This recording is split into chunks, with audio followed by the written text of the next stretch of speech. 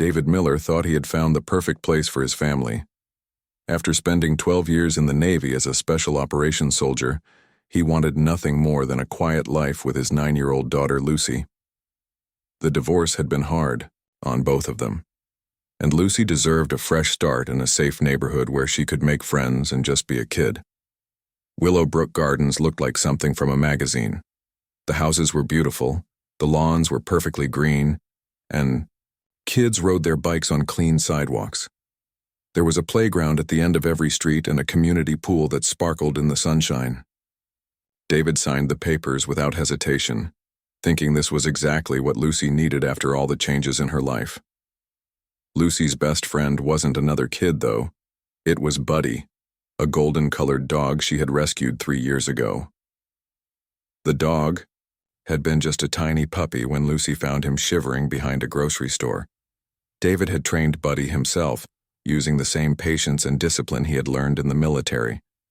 The dog was gentle, smart, and completely devoted to Lucy. Wherever she went, Buddy followed, always watching out for his little girl. The first few weeks in Willowbrook Gardens were wonderful. Lucy made friends with the neighbor kids, and Buddy became the neighborhood favorite. The dog would sit quietly while children petted him and never barked unless someone was at the front door. Even the mailman loved Buddy, often bringing treats for him. But then David got his first letter from the Homeowners Association. It was a thick envelope with official-looking papers inside. David opened it expecting maybe a welcome message or information about community events. Instead, he found a violation notice. Apparently, his pickup truck wasn't allowed in his own driveway because it was considered a commercial vehicle. The fine was $200. David stared at the paper in confusion. His truck was just a regular pickup he used for weekend projects and camping trips with Lucy. There was nothing commercial about it. He had bought it used, and it was probably the most normal vehicle on the block. The letter was signed by someone named Patricia Whitmore, president of the Willowbrook Gardens Homeowners Association. At the bottom was a note saying he had 10 days to pay the fine or face additional penalties. David decided to attend the next HOA meeting to sort out the confusion. Surely this was just a mistake that could be cleared up with a simple conversation. The meeting was held in the community center, a fancy building with marble floors and expensive furniture. About 30 people were scattered around the room, most of them looking uncomfortable. At the front table sat a woman in her 50s with perfectly styled hair and a business suit that probably cost more than David's monthly rent.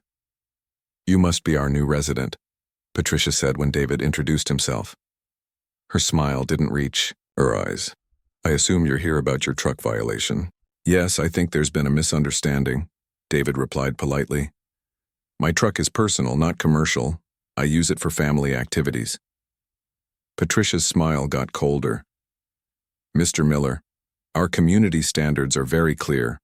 Large vehicles create an unsightly appearance and lower property values. The violation stands." David looked around the room and noticed something strange. Nobody was making eye contact with him. The other residents seemed nervous, almost scared. 2 men in dark uniforms stood at the back of the room, watching everything with their arms crossed. "Those are our community enforcement officers," Patricia explained, noticing David's glance. "They help ensure everyone follows our rules." The men looked more like security guards than anyone who should be enforcing neighborhood rules. They had badges on their shirts and radios clipped to their belts. One of them had his hand resting on what looked like a taser. David's military training kicked in automatically. He started observing details without even thinking about it. The way the officers positioned themselves to watch all the exits. How they seemed to focus on anyone who asked questions. The fact that several residents kept looking at them nervously before speaking. This wasn't a normal homeowners meeting. This felt more like an interrogation. Over the next few weeks, David started paying closer attention to what was happening in his perfect neighborhood. The violations kept coming. His grass was apparently 1 inch too tall. He left his Christmas lights up 2 days past the approved date and got another fine. Someone even complained that Buddy barked too much, which was ridiculous because the dog hardly ever made a sound. David began talking to his neighbors and discovered something troubling. Mrs. Rodriguez, an elderly woman who lived alone, had been paying hundreds of dollars in fines for having garden decorations that were supposedly against the rules. A single mother named Jennifer was constantly getting violations about her kids' toys being visible in the yard. Even friendly Mr. Chen had been fined for parking his car in his own driveway because it was apparently parked incorrectly. The HOA enforcement officers seemed to be everywhere. David would see them driving slowly through the neighborhood in their white SUV, taking pictures of houses and writing notes on clipboards. They had keys to the community gates and acted like they owned the place. Lucy started asking questions David didn't know how to answer. "Daddy, why do those men keep coming to our house?" she asked one evening while they were having dinner. "They scare Buddy. He hides behind me whenever he sees them." David looked at his daughter's worried face and felt something cold settle in his stomach. He had moved here to give Lucy safety and peace. Instead, they were living under some kind of surveillance that was making his child anxious. That night, after Lucy was asleep, David sat at his kitchen table and really looked at all the violation notices he had received. Something was wrong here. These weren't normal neighborhood rules being enforced by reasonable people. This was systematic harassment designed to make people afraid. David had spent years protecting people from bullies in places around the world. He recognized the tactics because he had been trained to spot them. Create fear, establish control, make people feel helpless. The same playbook worked whether you were dealing with enemies overseas or power-hungry neighbors in suburbia. But Patricia Whitmore and her enforcement officers had made one crucial mistake. They assumed David was just another suburban dad who would quietly pay his fines and follow their rules. They had no idea they were messing with someone who had spent over a decade learning how to fight back against people who used fear to control others. Lucy deserved better than this. She deserved to feel safe in her own home, to play in her own yard without worrying about men with badges and tasers showing up. And Buddy, who had never hurt anyone in his life, shouldn't have to hide from people who were supposed to be protecting the community. David made a decision that night. He wasn't going to be another victim of the Willowbrook Gardens Homeowners Association. He was going to figure out exactly what was going on, and he was going to put a stop to it. The war hadn't started yet, but David Miller was already planning his first move. 3 weeks after David decided to fight back, everything changed on a Tuesday afternoon that started like any other day. Lucy was inside doing her homework at the kitchen table, and Buddy was lying in their fenced backyard, enjoying the warm sunshine. David was upstairs in his home office, taking an important video call with clients from his computer consulting business. The Johnsons next door were moving in that day. David had met them briefly, a nice couple with twin boys who were excited about having a dog in the neighborhood to play with. Their moving truck was parked partly in the street, which was completely normal for moving day. Everyone in the neighborhood had done the same thing when they moved in. David was explaining a software solution to his clients when he heard Lucy scream. It wasn't the kind of scream kids make when they're playing, or even when they get hurt. This was pure terror. David's military instincts kicked in immediately. He ended the call without explanation and ran downstairs, his heart pounding. What he saw when he burst through the back door made his blood turn cold. 2 men in the dark uniforms he recognized as HOA enforcement officers were standing outside his fence, but they had opened the gate and were now inside his backyard. One of them had some kind of device in his hand. It looked like a taser, and he was pointing it directly at Buddy. Lucy was pressed against the back wall of the house, crying and calling for her dog to come to her, but Buddy wasn't moving toward Lucy. Instead, the dog was standing between the officers and his little girl, his body low and tense. He wasn't barking or showing his teeth, but David could see that Buddy was scared and confused. "Your dog was being aggressive toward us," said the taller officer when he saw David. The man's name tag read Rodriguez, but David didn't recognize him from the neighborhood. "We had to take defensive action." David looked at the situation with eyes trained by years of military experience. Buddy had never left their property. The dog was clearly inside their fenced yard. The officers had opened the gate themselves and entered without permission.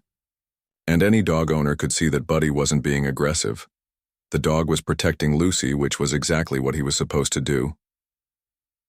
"You're on my property," David said quietly, using the voice he had learned in the Navy, calm but caring. Absolute authority. And you're threatening my family. The second officer, whose badge said Williams, stepped forward. We're HOA enforcement. We go where we need to go to investigate complaints. What complaints? David asked, even though he was pretty sure this was just harassment. Neighbors reported a dangerous dog running loose, Rodriguez replied. We're here to assess the situation. David almost laughed. Buddy had been lying quietly in their own yard when these men showed up. The only thing dangerous about this situation was two grown men with weapons cornering a child and her pet. The dog is in his own yard, behind his own fence, David said, stepping closer. You had no right to enter my property. Williams puffed, up his chest. Listen, buddy, we have authority here. Don't make this harder than it needs to be. That's when David realized these men had no idea who they were dealing with. They saw a suburban dad in khakis and a polo shirt. Probably figured he would back down like everyone else in the neighborhood had been doing. They didn't see 12 years of Navy training or someone who had faced down actual dangerous situations around the world. Lucy, take Buddy inside, David said without taking his eyes off the officers. His daughter quickly called to Buddy, who immediately trotted to her side. The dog had been waiting for permission to move, showing just how well-trained and obedient he really was. As Lucy and Buddy disappeared into the house, David felt some of his tension ease. His family was safe. Now he could deal with these bullies properly. You need to leave my property now, David said. Or what? Rodriguez challenged, still holding his taser. David smiled, but it wasn't a friendly smile. Or I call the real police and report two men with weapons trespassing on private property and threatening a child. For the first time, the officers looked uncertain. They exchanged glances, probably realizing they had gotten in over their heads. This isn't over, Williams muttered as they headed for the gate. No, it's not, David agreed. But next time you want to come on my property, you better have a warrant. After the men left, David sat on his back steps and tried to calm down. Lucy came out with Buddy and climbed into his lap, something she hadn't done in months. Daddy, why were those men being mean to Buddy? She asked in a small voice. David hugged his daughter tight. Some people think they can scare others into doing what they want, but they picked the wrong family this time. That night, after Lucy was asleep, David did what he did best. He gathered intelligence. He spent hours on his computer, researching HOA laws, property rights, and the legal authority of private security companies. What he discovered made him angry and determined in equal measure. The enforcement officers had zero legal authority. They couldn't enter private property without permission. They couldn't detain anyone. They certainly couldn't threaten pets with weapons. Yet they had been operating like their own private police force, and apparently nobody had ever challenged them. David started making phone calls to other residents, using skills he had learned in building teams during his military service. Mrs. Rodriguez, the elderly woman with the garden violation, agreed to meet with him. She revealed that she had been paying fines for months, afraid of what might happen if she didn't comply. They told me they could have me evicted, she whispered, as if the officers might be listening. I'm on a fixed income. I can't afford to lose my home. Jennifer, the single mother, told him similar stories. The officers had threatened to report her to social services, claiming her children were unsupervised when they played in their own yard. She had been so scared that she barely let her kids outside anymore. Mr. Chen showed David photographs of his car being towed from his own driveway while he was at work. The HOA claimed it was parked improperly, but the photos showed the car was clearly within the lines of his own parking space. Every story David heard made the picture clearer. This wasn't about maintaining community standards. This was about control through fear. Patricia Whitmore and her enforcement team were systematically targeting anyone they thought couldn't fight back. Elderly people, single parents, minorities, and military families who were often dealing with deployments or moves. But they had made a crucial mistake. They had threatened David's daughter and her dog, crossing a line that activated every protective instinct he possessed. More than that, they were hurting his neighbors, people who deserved to feel safe in their own homes. David spent the rest of the week developing a plan. He reached out to old military contacts, including a buddy who had become a lawyer and another who worked in local government. Within days, he had a team of professionals ready to help. The HOA enforcement officers thought they were dealing with another scared resident who would quietly pay fines and follow orders. What they were actually facing was a former Navy specialist who had never failed a mission and wasn't about to start now. The real war was about to begin. 2 weeks after the confrontation in his backyard, David had to make a difficult decision. His biggest client needed him in Portland for 3 important meetings that could secure his business for the next year. The trip would take 4 days, and he couldn't afford to turn it down. Lucy would be staying with her mother in the next town over, something they had planned months ago for her school's spring break. But that left Buddy alone, and David wasn't comfortable with that after everything that had happened with the HOA enforcement officers. His neighbor, retired teacher Harold Wilson, offered to help.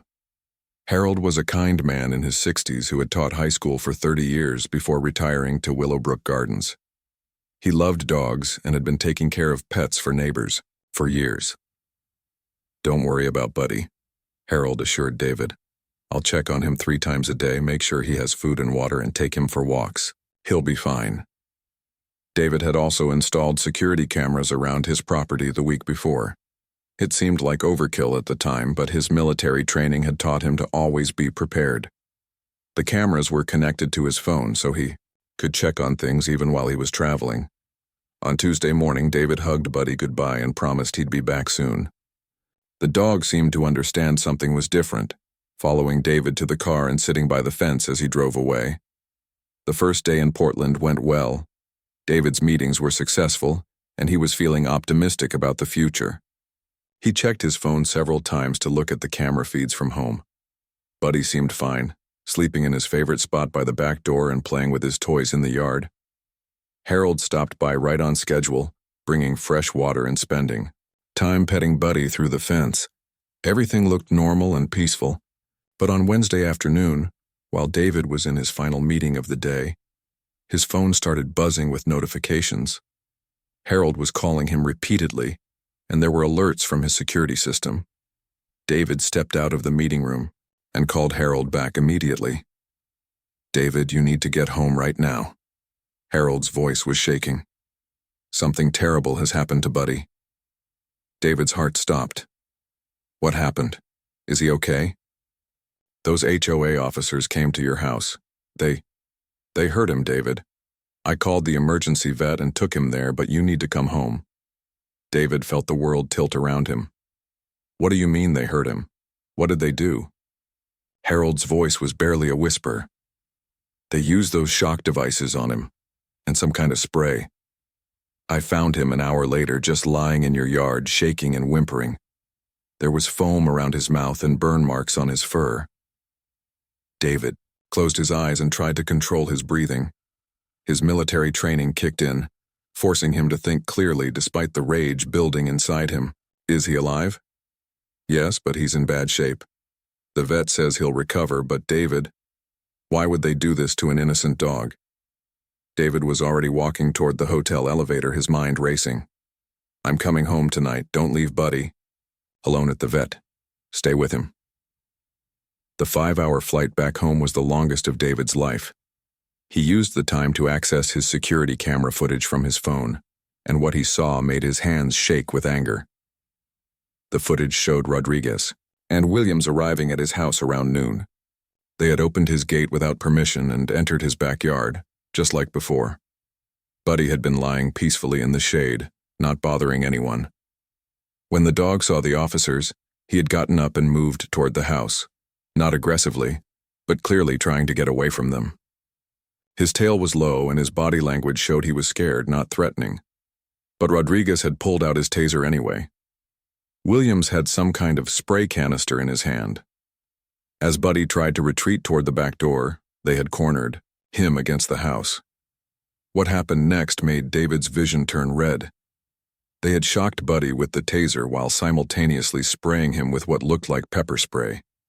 The dog had collapsed, writhing in pain, while the officers stood over him writing on their clipboards. They had left Buddy suffering in his own yard and walked away like nothing had happened. David stared at his phone screen during the flight, watching the footage over and over. Buddy hadn't attacked anyone. He hadn't even barked. He had tried to get away from them, and they had hurt him anyway. This wasn't about HOA violations or community standards. This was cruelty, pure and simple. They had waited until they thought David was gone, then taken their anger out on a defenseless animal. By the time David's plane landed, his shock had transformed into something cold and calculating. The emotional part of him wanted to find those officers and make them pay for what they had done, but the trained part of his mind was already planning something far more effective. These men had just made the biggest mistake of their lives. They thought they were dealing with a regular suburban dad who would be upset, but ultimately powerless. They had no idea they had just declared war on someone who had spent 12 years learning how to fight people who hurt the innocent. David drove straight to the veterinary emergency clinic. He found Harold sitting in the waiting room, looking exhausted and worried. "How is he?" David asked. "The vet says he'll be okay physically. The burns aren't too deep, and the spray should wash out of his system in a day or two. But David," Harold's voice broke. "He's scared. He won't let anyone touch him except me, and he keeps looking around like he's waiting for those men to come back." David felt something inside him snap. Buddy had always been the bravest, most trusting dog. He loved everyone and had never been afraid of anything. Now these bullies had turned him into a frightened animal who couldn't trust strangers. The vet let David into the back room where Buddy was recovering. The dog was lying on a soft blanket, his golden fur patchy where they had shaved it to treat the burns. When he saw David, Buddy tried to get up, but was too weak. David knelt beside the examination table and gently stroked Buddy's head. The dog pressed against his hand, making soft whimpering sounds that broke David's heart. "I'm sorry, boy," David whispered. "I'm so sorry I wasn't here to protect you. But I promise you, they're never going to hurt you again." The veterinarian explained Buddy's injuries in detail. The taser burns would heal, but they had been unnecessary and excessive. The pepper spray had caused temporary blindness and breathing problems. Most concerning was the psychological trauma. "Animals remember experiences like this," the vet explained. "He may be fearful of strangers for a long time, maybe permanently. What happened to him was completely unjustified." David nodded, filing away every detail. This wasn't just about property violations anymore. Rodriguez and Williams had committed a crime, and they were going to pay for it. That night, David sat in his living room with Buddy lying beside him on the couch. The dog was still shaky, but seemed calmer now that his person was home. David gently petted him while making phone calls to his lawyer friends and former military contacts. The officers thought they had won by attacking when David wasn't there to protect his family. What they had actually done was provide him with clear evidence of criminal behavior, witnessed by a respected community member, and recorded on high-definition security cameras. Rodriguez and Williams had just learned the most important rule of warfare. Never attack someone's family unless you're prepared for total war. And David Miller was very, very prepared. David spent the first night after Buddy's attack sitting at his kitchen table, surrounded by printed security camera footage, violation notices, and a yellow legal pad covered with notes. Buddy was curled up at his feet, still nervous but slowly, returning to his normal self. Every few minutes the dog would look toward the back door and whimper softly, clearly remembering what had happened there. David's laptop was open to 3 different browser windows. In one, he was researching state laws about private security companies. In another, he was reading about animal cruelty statutes. The third showed the website of his old Navy buddy, Tom Richards, who had become a civil rights lawyer after leaving the service. By morning, David had a plan that would have made his old commanding officers proud. It was methodical, legal, and designed to completely dismantle the corrupt system that had been terrorizing his neighborhood for years. His first call was to Tom Richards in Denver. "David Miller, is that really you?" Tom's voice was warm with surprise. "Man, I haven't heard from you since your retirement party. How's civilian life treating you?" "Not great, actually. I need your help with something, and it's exactly the kind of case you specialize in." David explained everything. The systematic harassment, The illegal fines, the attack on Buddy, and the security footage that proved it all. Tom listened without interrupting, occasionally asking for clarification on specific details.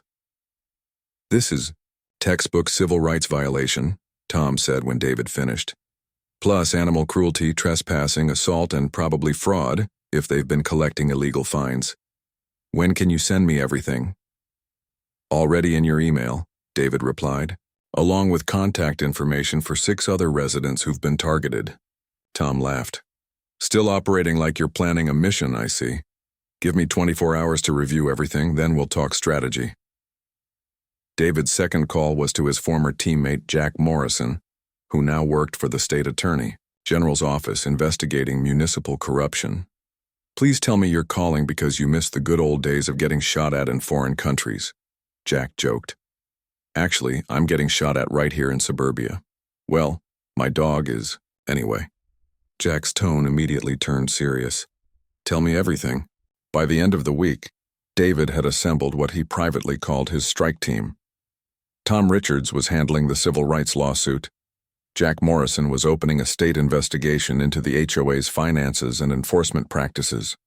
A local, investigative reporter named Katie Chen, Harold's niece as it turned out, was interested in doing a story about HOA abuse. But David's most important recruits were his neighbors. He started with Harold, who was still shaken by what he had witnessed. "I taught school for 30 years, Harold said during their first planning meeting. "I know bullies when I see them. These people have been getting away with this because nobody ever stood up to them together." Mrs. Rodriguez joined next, bringing documentation of every illegal fine she had paid over the past 2 years. "I have copies of everything," she said, proudly. "My late husband always told me to keep good records." Jennifer, the single mother, was harder to convince. She was terrified that fighting back would make things worse for her children. But when David showed her the legal precedents Tom had found, she agreed to participate. "If we don't stop them, they'll just keep hurting more families," she said quietly. Mr. Chen brought something unexpected to the group. He was a retired accountant who had been quietly tracking all the HOA's financial irregularities. "Their books don't add up," he explained, spreading out charts and graphs on David's dining room table. "They're collecting way more in fines than they're reporting to the state." Within 2 weeks, David's informal neighborhood watch group had grown to include 15 families. They met every Tuesday evening in David's living room, sharing stories and coordinating their legal response. Buddy would lie in the corner during these meetings, still wary of strangers but gradually becoming more comfortable with the familiar faces. The real breakthrough came when David decided to do some reconnaissance on the enforcement officers themselves. Using skills he had learned in intelligence gathering, he began following Rodriguez and Williams during their patrols of the neighborhood. What he discovered was even worse than he had imagined. The officers weren't just harassing residents, they were running a protection racket. David watched them approach new residents with violations for imaginary infractions, then offer to resolve the issues quietly for cash payments that never appeared on any official HOA records. He documented them entering private properties without permission, taking photos through windows and intimidating elderly residents who couldn't defend themselves. Most disturbing of all, he caught them on camera discussing which houses looked like easy targets, based on the age and apparent income level of the residents. David shared this intelligence with his growing team of lawyers and investigators. Tom Richards was particularly excited about the protection racket evidence. "This takes it from civil violations to organized crime territory," Tom explained during one of their phone calls. "RICO statutes could apply here, which means federal charges." But David wasn't content to just build a legal case. He wanted Rodriguez and Williams to understand that their reign of terror was over, and he wanted them to know exactly who was responsible for ending it. The opportunity came when David saw the officers harassing Mrs. Rodriguez in her own garage, demanding payment for a new violation involving her flower pots. David approached silently, using movement techniques he had learned in special operations. "Gentlemen," he said quietly, appearing behind them like a shadow. Both officers spun around, startled. Rodriguez's hand immediately went to his taser, but something in David's posture made him hesitate. "We're conducting official HOA business," Williams said, but his voice lacked its usual confidence. "No, you're not," David replied calmly. "You're two unlicensed security guards extorting money from an elderly woman on her own property, and I have it all on video." For the first time since David had lived in Willowbrook Gardens, the enforcement officers looked uncertain. They were used to dealing with scared residents who wouldn't fight back. David wasn't scared, and they could sense it. "You need to leave Mrs. Rodriguez alone," David continued in the same quiet voice. "In fact, you need to leave this entire neighborhood alone." Rodriguez tried to regain his authority. "You can't tell us what to do. We have a job to do here." David smiled, but it wasn't a friendly expression. "Your job ended the moment you attacked my dog. You just don't know it yet." The officers left without collecting their fine, and word spread quickly through the neighborhood. The quiet guy with the dog had faced down the HOA bullies and won. More residents started coming forward with their own stories of harassment and illegal fees. David's phone rang constantly with neighbors asking how they could help with the legal case. The Tuesday night meetings moved to the community center because his living room couldn't hold everyone who wanted to participate. Patricia Whitmore tried to regain control by sending threatening letters to everyone involved in what she called illegal conspiracy against lawful HOA activities. But Tom Richards had prepared for this, responding with a cease and desist letter that made it clear she was now under federal investigation. By the end of the month, David had transformed a terrified neighborhood into an organized resistance movement. Rodriguez and Williams were avoiding certain streets entirely, their illegal activities disrupted by residents who were no longer afraid to document and report violations. But David wasn't finished yet. He had one more surprise planned, for the people who had hurt his dog and terrorized his community. The final battle was about to begin. The monthly HOA meeting in March was unlike any other in Willowbrook Gardens history. Word had spread through the neighborhood that something big was going to happen, and the community center was packed with residents who had never attended a meeting before. Local news reporter Katie Chen was there with her camera crew, and several official-looking people in suits sat in the back row. Patricia Whitmore looked nervous as she called the meeting to order. Usually these meetings had maybe 10 or 15 people, mostly older residents who were too scared to ask questions. Tonight there were over 60 people crammed into the room, and many of them were staring at her with expressions she had never seen before. David sat in the third row with Lucy beside him. She had asked to come tonight, wanting to see what her dad had been working on for the past month. Buddy was at home with Harold, still recovering but much happier now that the enforcement officers had stopped coming around. "Before we begin with regular business," Patricia announced, "I want to address some rumors that have been circulating about our community enforcement program. Let me assure everyone that our officers operate within full legal authority." David stood up slowly. "Actually, Mrs. Whitmore, that's not true. And I have proof." The room went completely silent. Patricia's face turned red. "Mr. Miller, you're out of order. Please sit down." "No, I don't think I will," David replied calmly. He walked to the front of the room, carrying a thick folder and a laptop computer. "See, I've spent the last month investigating your enforcement program, and what I found is pretty interesting." David connected his laptop to the room's projection screen. The first image that appeared was a photo of Rodriguez and Williams entering his backyard without permission. "This is security footage from my property," David explained to the room. "It shows your enforcement officers trespassing on private property. But that's just the beginning." The next image showed Rodriguez using his taser on Buddy while the dog was clearly trying to get away. Several people in the audience gasped. Lucy reached over and squeezed David's hand, proud of her dad for standing up to the people who had hurt her dog. "This is your officers attacking a pet who was on his own property behind his own fence, not threatening anyone," David continued. "The veterinary report confirms that these injuries were caused by excessive force against a non-aggressive animal." Patricia tried to interrupt. "That dog was reported as dangerous." "By who?" David cut her off. "Because I have statements from 12 neighbors confirming that Buddy has never shown aggression toward anyone, including a statement from Mrs. Patterson, who you claimed filed the complaint, saying she never reported anything about my dog." David clicked to the next image, a spreadsheet showing financial discrepancies in the HOA's books. "This is where things get really interesting," David said. "Your enforcement officers have been collecting cash payments for violations that don't appear in any official HOA records. Mr. Chen, our neighborhood accountant, helped me track over $30,000 in unreported fine collections over the past 2 years." One of the men in suit stood up. "Mrs. Whitmore, I'm Agent Stevens with the State Attorney General's office. We need to speak with you after this meeting." Patricia's face went white. I don't understand what's happening here." David smiled. "Let me help you understand.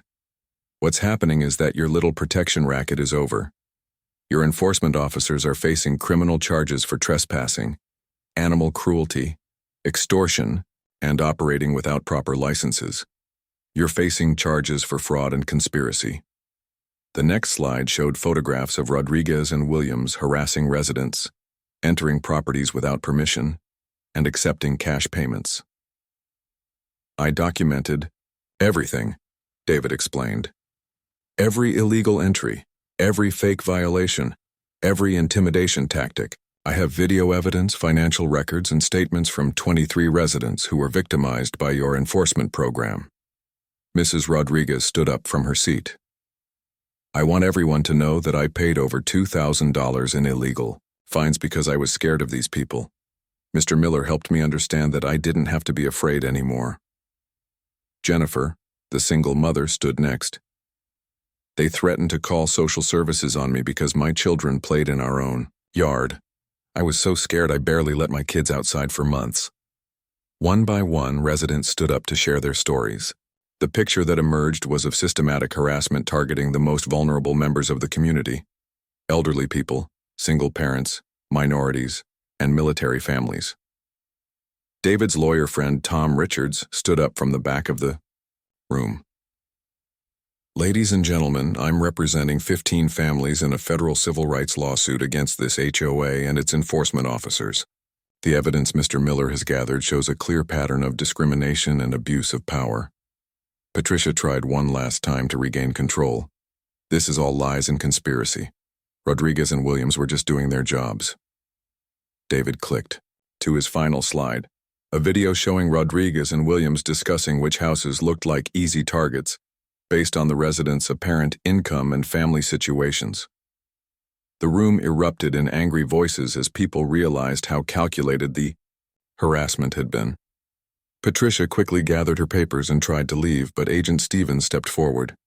"Mrs. Whitmore, we're going to need you to stay for questioning." 3 days later, Rodriguez and Williams were arrested at their security company office. The charges included animal cruelty, trespassing, extortion, and operating as unlicensed peace officers. Patricia Whitmore was charged with conspiracy, fraud, and embezzlement. The local news story broke the following week, with Katie Chen's report going viral online. Local Navy veteran exposes HOA corruption after officer's attack. His dog became a national story, with other communities reaching out to David for advice on dealing with similar situations. But for David, the most important victory was much smaller and more personal. 2 weeks after the arrests, he was sitting in his backyard watching Lucy play with Buddy. The dog was completely back to normal, running around the yard and barking happily at squirrels. When the mailman came to the front door, Buddy ran to greet him with his tail wagging, all traces of fear gone. Lucy flopped down next to David on the porch steps. "Daddy, are the mean men ever coming back?" "No, sweetheart. They're never coming back." "Good," Lucy said, hugging Buddy around the neck. "Buddy was scared of them, but he still protected me. He's the bravest dog in the world." David smiled, scratching behind Buddy's ears. "Yeah, he is. And so are you." The new HOA board, elected by residents who had lived through the old regime, focused on actually improving the community instead of harassing people. They installed new playground equipment, organized family-friendly events, and created rules that made sense. Property values in Willowbrook Gardens actually increased as word spread about the community's transformation. Families wanted to live in a neighborhood where residents looked out for each other, Instead of being afraid of their own homeowners association, 6 months later, David received a call from a military family in Texas who were dealing with similar HOA harassment. Then another call from Florida, then California. He started getting emails from people all over the country who had seen the news story and needed help dealing with corrupt HOA enforcement. David realized he had found a new mission. He began consulting with communities and legal teams, using his intelligence skills to help families fight back against HOA abuse. He called it Operation Neighborhood Freedom, and Lucy thought that was the coolest name ever. But the best part of his new mission was that he could do it all from home.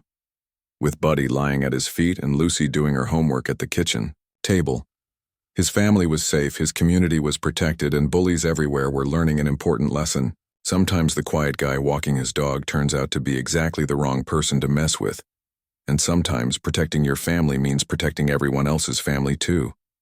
David Miller had proven that one person with the right skills and determination could make a difference. All it took was refusing to be afraid and knowing that bullies only have as much power as people give them. The war was over. The good guys had won. And Buddy was the happiest dog in the neighborhood.